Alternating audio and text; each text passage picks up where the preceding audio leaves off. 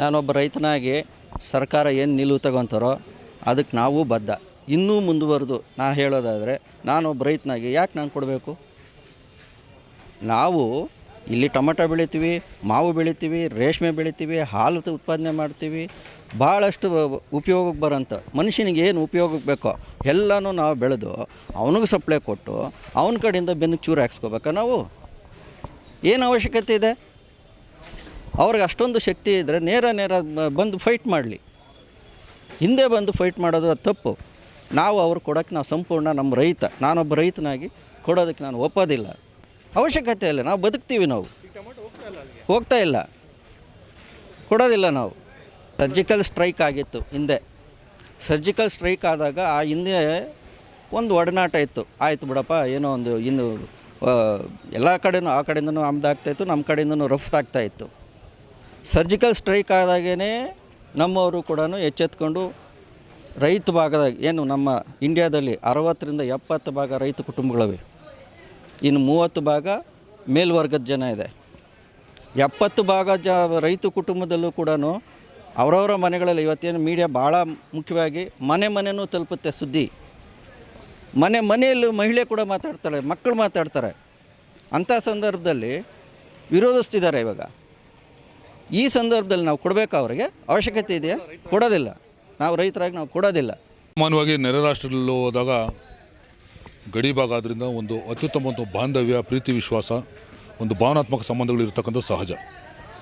ಆದರೆ ಅವರು ಕಳೆದ ಒಂದು 10 ವರ್ಷಗಳಿಂದ ಅವರು ಇತಿಹಾಸ ನೋಡ್ತಾ ಬಂದರೆ ಆ ಒಂದು ಮಾನವೀಯ ಹಿಂಸಾತ್ಮಕ ಕೃತ್ಯಗಳು, ಅಮಾಯಕರನ್ನ ಗುರುತಿಟ್ಟು ಗುಂಡಿಟ್ಕೊಳ್ತಕ್ಕಂಥದ್ದು ಇವೆಲ್ಲೂ ಕೂಡ ಭಾಳ ಮನನೊಂದಿದ್ವಿ.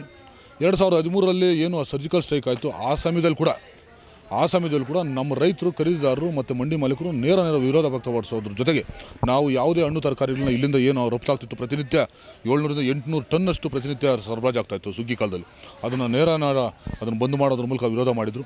ಮುಂದುವರೆದು ಏನು ತದನಂತರ ಆದಂಥ ಒಂದು ಬೆಳವಣಿಗೆಗಳಲ್ಲಿ ಏನು ಅದನ್ನು ಸ್ವಲ್ಪ ಮಟ್ಟಕ್ಕೆ ಒಂದು ಸರ್ಕಾರ ತಗೊಂಡಂಥ ತೀರ್ಮಾನಗಳಲ್ಲಿ ನಾವು ಹಣ್ಣು ತರಕಾರಿ ಕಳಿಸ್ಕೊಡುತ್ತಾ.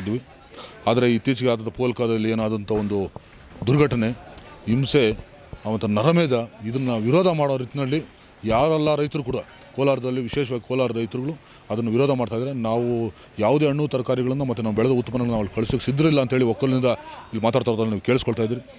ಹಾಗಾಗಿ ಏನು ಸುಗ್ಗಿ ಕಾಲ ಜೂನ್ ಜುಲೈ ಬರ್ತದೆ, ಆ ಸಮಯದಲ್ಲಿ ನಮ್ಮ ಭಾರತ ಸರ್ಕಾರ ಈಗೇನು ನೀರನ್ನು ತಡೆ ಹಿಡಿದಿದ್ದಾರೆ, ಹಾಗೆ ಎಲ್ಲ ಉತ್ಪನ್ನಗಳನ್ನು ಏನು ನಿತ್ಯ ಅವಶ್ಯಕ ವಸ್ತುಗಳನ್ನು ಬಂದು ಮಾಡ್ತಾಯಿದ್ದಾರೆ. ಜೊತೆಗೆ ಹಣ್ಣು ತರಕಾರಿ ಕೂಡ ನಿತ್ಯ ಅವಶ್ಯಕತೆ ಇರ್ತಕ್ಕಂಥದ್ದು. ಹಾಗಾಗಿ ಜೂನ್ ಜುಲೈಯಲ್ಲಿ ಭಾರತ ಸರ್ಕಾರ ತಗೊಳ್ಳೋಂಥ ಒಂದು ಕಟ್ಟುನಿಟ್ಟಿನ ತೀರ್ಮಾನಕ್ಕೆ ನಾವು ಬದ್ಧರಾಗಿದ್ದೀವಿ.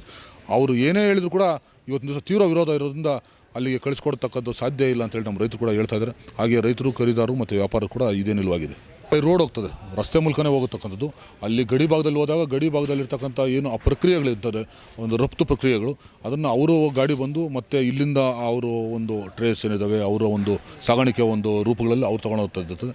ಹಾಗಾಗಿ ನೇರ ಒಂದು ಹಡಗು ಅಥವಾ ಆ ರೀತಿಯಲ್ಲಿ ಇರೋದಿಲ್ಲ, ರಸ್ತೆ ಮೂಲಕನೇ ಹೋಗ್ತದೆ. ಅಲ್ಲಿ ಇದು 48 ಅಥವಾ 52 ಗಂಟೆ ಒಳಗಡೆ ಅದು ಸರಬರಾಜು ಆಗಬೇಕು, ಅಂದರೆ ಯಾರು ಬಳಕೆದಾರನ್ನು ತಲುಪಬೇಕು. ಹಾಗಾಗಿ ಇಲ್ಲಿ ಖರೀದಿ ಆದ ತಕ್ಷಣಕ್ಕೆ ಅದು ಒಳ್ಳೆ ಗುಣಮಟ್ಟದ ಟೊಮೆಟೊ, ಏನು ಟಾಪ್ ಕ್ವಾಲಿಟಿ ಏನಂತ ಕರಿತೀವಿ, ನಂಬರ್ 1 ಕ್ವಾಲಿಟಿ, ಆ ಒಂದು ಗುಣಮಟ್ಟನೇ ನಾವು ಕಳಿಸ್ಕೊಡ್ತಾಯಿದ್ವಿ. ಅಂದರೆ ಒಂದು ಗಡಿ ಭಾಗದಲ್ಲಿರ್ತಕ್ಕಂಥ ಒಂದು ಬಾಂಧವ್ಯ, ಒಂದು ಉತ್ತಮ ಆಂತರಿಕ ಒಂದು ಭಾವನಾತ್ಮಕ ಸಂಬಂಧಗಳಿದ್ದ. ಆದರೆ ಇವರು ಈ ರೀತಿಯಾದಂಥ ಒಂದು ನಿಲುವು ತಗೊಳ್ಳೋದ್ರಿಂದ ನಾವು ಬೇರೆ ಯಾವುದೇ ಟೊಮೆಟೊ ಅಲ್ಲ, ಮಾವೇ ಅಲ್ಲ, ಯಾವುದೇ ತರಕಾರಿಗಳನ್ನ ಕಳಿಸ್ಕೊಡೋದಕ್ಕೆ ನಾವು ವಿರೋಧ ಮಾಡ್ತೀವಿ ಅಂತ ಇಡೀ ರಾಷ್ಟ್ರ ಏನು ಅದನ್ನು ವಿರೋಧ ಮಾಡ್ತಾಯಿದೆ. ಜೊತೆಯಾಗಿ ವಿಶೇಷವಾಗಿ ಕೋಲಾರದ ಒಂದು ರೈತರನ್ನ ಇದನ್ನು ಖಂಡಿಸ್ತಾ ಇದೆ. ಇದನ್ನು ಯಾವುದೇ ಕೃಷಿ ಉತ್ಪನ್ನಗಳನ್ನು ರಫ್ತು ಮಾಡಲಿಕ್ಕೆ ವಿರೋಧ ಮಾಡ್ತಾಯಿದೆ. ಮುಂದೆ ಕೂಡ ಹಾಗೆ ಆಗುತ್ತೆ ಅಂತ ಕೂಡ ನಾನು ಭಾವಿಸಿದೆ. ವರ್ಷಗಳಿಂದ ಹೋಗ್ತಾಯಿದೆ, ಇದೇನು ಸುಮಾರು 16 ವರ್ಷಗಳಿಂದನೂ ಅಲ್ಲಿ ಸರಬರಾಜು ಆಗ್ತಾಯಿದೆ, ಅವರಲ್ಲೆಲ್ಲ. ಬಟ್ ಬೇರೆ ಯಾವುದೇ, ಇವಾಗ ಬಾಂಗ್ಲಾದೇಶ್ ಕಳಿಸ್ತೀವಿ, ನೇಪಾಳ ಕಳಿಸ್ತೀವಿ, ದುಬೈ ಕಳಿಸ್ತೀವಿ, ಎಲ್ಲೂ ಕೂಡ ನಮ್ಗೆ ಈ ರೀತಿಯಾದಂಥ ಒಂದು ವಿರೋಧ ಮಾಡೋದಿಲ್ಲ. ಆದರೆ ಇದು ನರಮೇಧ, ನಮ್ಮ ಜನನ ಅಲ್ಲಿಯೂ ಅಮಾಯಕರನ್ನ, ಅದು ಪ್ರವಾಸಿಗರನ್ನ ಅವ್ರು ನೇರ ಅವ್ರಿಗೆ ಗಟ್ಟಿತನ ಇದ್ದರೆ ಅವ್ರಿಗೆ ಮಾಡ್ತಕ್ಕಂಥ ಅಂಥ ಶಕ್ತಿ ಸಾಮರ್ಥ್ಯ ಇದೆ, ನಮ್ಮ ಸೈನಿಕರಿದ್ದಾರೆ, ಅವ್ರ ಮೇಲೆ ವಿರೋಧ ಮಾಡಲಿ, ನೇರ ಆ ರೀತಿಯಂಥ ವಿರೋಧ ಮಾಡಲಿ. ಅಮಾಯಕರ ಪ್ರವಾಸಿಗರನ್ನು ಕೊಂದುಬಿಡುವಂಥದ್ದು ಎಷ್ಟು ಮಾತ್ರ ಸರಿ, ಅದು ಭಾಳ ಒಂದು ಒಪ್ಪುವಂಥ ಕೆಲಸ ಅಲ್ಲ. ಆ ನಿಟ್ಟಿನಲ್ಲಿ ನಾವೆಲ್ಲರೂ ಕೂಡ ವಿರೋಧ ಇದೆ. ಕನ್ನಡಿಗರ ಮೆಚ್ಚಿನ ನಿಮ್ಮ ನ್ಯೂಸ್ 18 ಕನ್ನಡ ಈಗ ವಾಟ್ಸ್ಆಪ್ನಲ್ಲಿಯೂ ಲಭ್ಯ. ಕರ್ನಾಟಕ ಮತ್ತು ದೇಶ ವಿದೇಶದ 360 ಡಿಗ್ರಿ ಸುದ್ದಿ ವಿವರವನ್ನ ನೀವು ನಿಮ್ಮ ಕೈ ಬೆರಳುಗಳಲ್ಲಿಯೇ ಪಡೆಯೋದಿಕ್ಕೆ ಈ QR ಕೋಡ್ ಅನ್ನು ಸ್ಕ್ಯಾನ್ ಮಾಡಿ. ನಮ್ಮ ಚಾನೆಲ್ ಅನ್ನು ಫಾಲೋ ಮಾಡಿ, ನೋಟಿಫಿಕೇಶನ್ ಆನ್ ಮಾಡಿ.